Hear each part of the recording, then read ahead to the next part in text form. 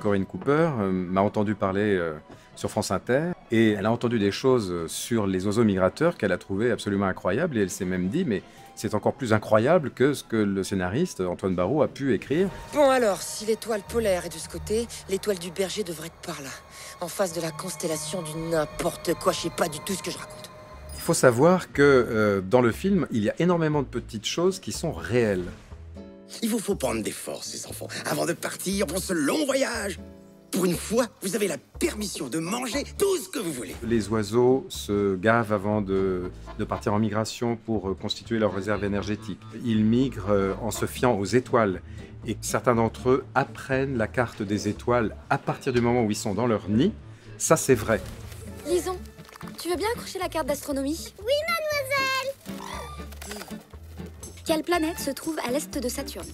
Les oiseaux se repèrent à un certain nombre de jalons qui peuvent figurer dans le paysage. Un fleuve, une chaîne de montagnes. Les rochers pointus! Les rochers pointus! Venez, c'est par là!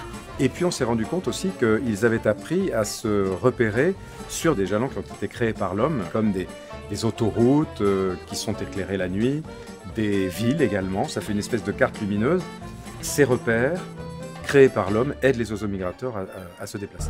Oh, ça ressemble à la Côte d'Azur, vous ne trouvez pas? Je pense qu'on doit être très au sud de la France, ou peut-être même en Espagne. Bon alors, il y a aussi des choses qui ne sont pas exactes. Hein.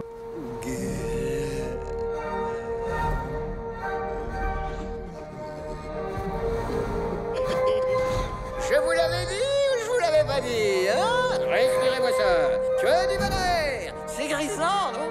C'est faux. Les oiseaux n'ont pas une réaction particulière à l'excès d'oxygène ou à son absence, parce que je précise que quand on s'élève, il y a moins d'oxygène quand même.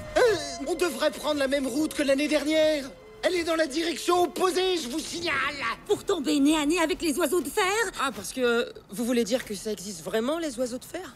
Ah oui, bien sûr. Heureusement, on nous a envoyé un petit oiseau jaune qui connaît la route à prendre pour les éviter. Pas vrai, petit génie? Les oiseaux, dans la mesure du possible, évitent les avions. Hein, c'est-à-dire que ça peut les amener à modifier leur route de migration. C'est que ça.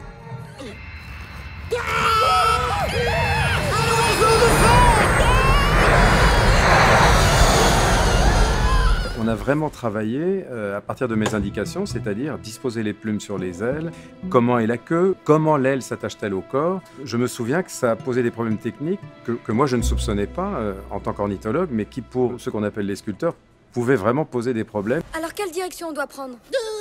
Oula, du calme. On reprend ses esprits. Vous n'allez pas suivre un inconnu. Pourquoi voulez-vous changer de... Le fait que l'aspect ornithologique soit véritablement réussi et réaliste, avec la part de poésie qui est nécessaire, ça rend justice à ce qu'est un oiseau. Je pense que ça, c'était indispensable et ça a été parfaitement réalisé.